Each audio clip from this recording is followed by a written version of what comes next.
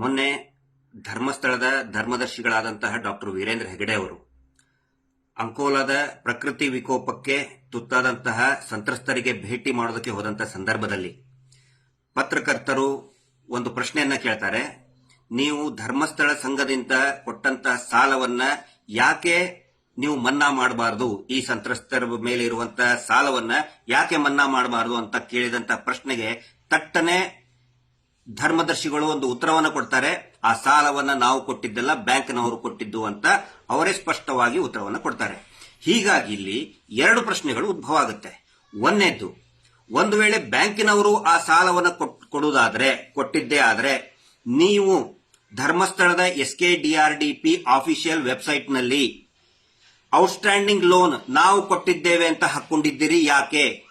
ಇವತ್ತಿನ ಡೇಟ್ ಅಲ್ಲಿ outstanding loan ನಿಮ್ಮದೇ ವೆಬ್ಸೈಟ್ನಲ್ಲಿ SKDRDP ಆಫಿಷಿಯಲ್ ವೆಬ್ಸೈಟ್ನಲ್ಲಿ 24,386 ಕೋಟಿ ಔಟ್ಸ್ಟ್ಯಾಂಡಿಂಗ್ ಲೋನ್ ಅಂತ ಇದೆ.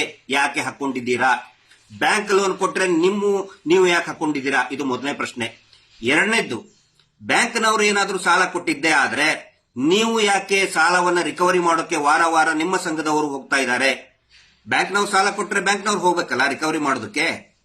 ಯಾಕೆ ನೀವು ನಿಮ್ಮ ಸಂಘದವರು, SKDRDP ಸಂಘದವರು, ಸಂಘದ ಪದಾಧಿಕಾರಿಗಳು, ಸೇವಾ ಪ್ರತಿನಿಧಿಗಳು ಯಾಕೆ ಹೋಗ್ತಾ ಇದ್ದಾರೆ?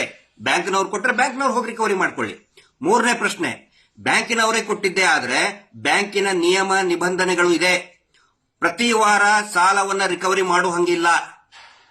ಬ್ಯಾಂಕ್ ಏನು ಒಂದು ಅದರ ನಿಯಮಿತ ಪ್ರಕಾರ ಬಡ್ಡಿ ದರ ಇದೆ, ಅದು 8ರಿಂದ 10% ಒಳಗಡೆ ಇದೆ. ಒಂದೊಂದು ಬ್ಯಾಂಕಿಗೆ ಒಂದೊಂದು ರೀತಿ ಬಡ್ಡಿ ದರ ಇದೆ.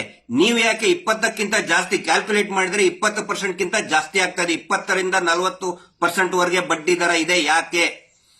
ನೀವು SKDRDP ನಾವು ಗ್ರಾಮೀಣಾಭಿವೃದ್ಧಿ ಮಾಡ್ತೀವಿ ಅಂತ ಹೇಳ್ತಾ ಇದ್ದೀರಿ, ಆದ್ರೆ ಬ್ಯಾಂಕಿನವ್ರು ಕೊಟ್ರೆ ನೀವು BC ಟ್ರಸ್ಟ್ ಏಜೆಂಟ್, ನೀವು you are a commission agent, commission ದುಡ್ಡು ತಗೊಳ್ಳುವಂತ ಏಜೆಂಟ್ ನೀವು.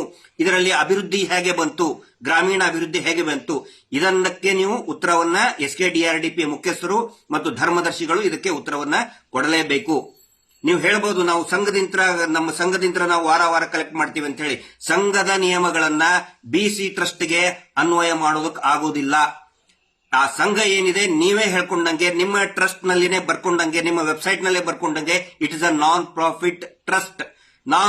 ಪ್ರಾಫಿಟ್ ಟ್ರಸ್ಟ್, ಲಾಭರಹಿತ ಟ್ರಸ್ಟ್ ಇರೋದ್ರಿಂದ ನೀವು ಆ ನಿಯಮಗಳನ್ನ ಕಮಿಷನ್ ಏಜೆಂಟ್ ಇರುವಂತಹ BC ನಿಯಮಕ್ಕೆ ಬಿಸಿನೆಸ್ ಕರೆಸ್ಪಾಂಡೆನ್ಸ್, ಬ್ಯಾಂಕ್ ಬಿಸಿನೆಸ್ ಕರೆಸ್ಪಾಂಡೆನ್ಸ್ಗೆ ಅನ್ವಯ ಮಾಡೋಕ್ ಆಗೋದಿಲ್ಲ.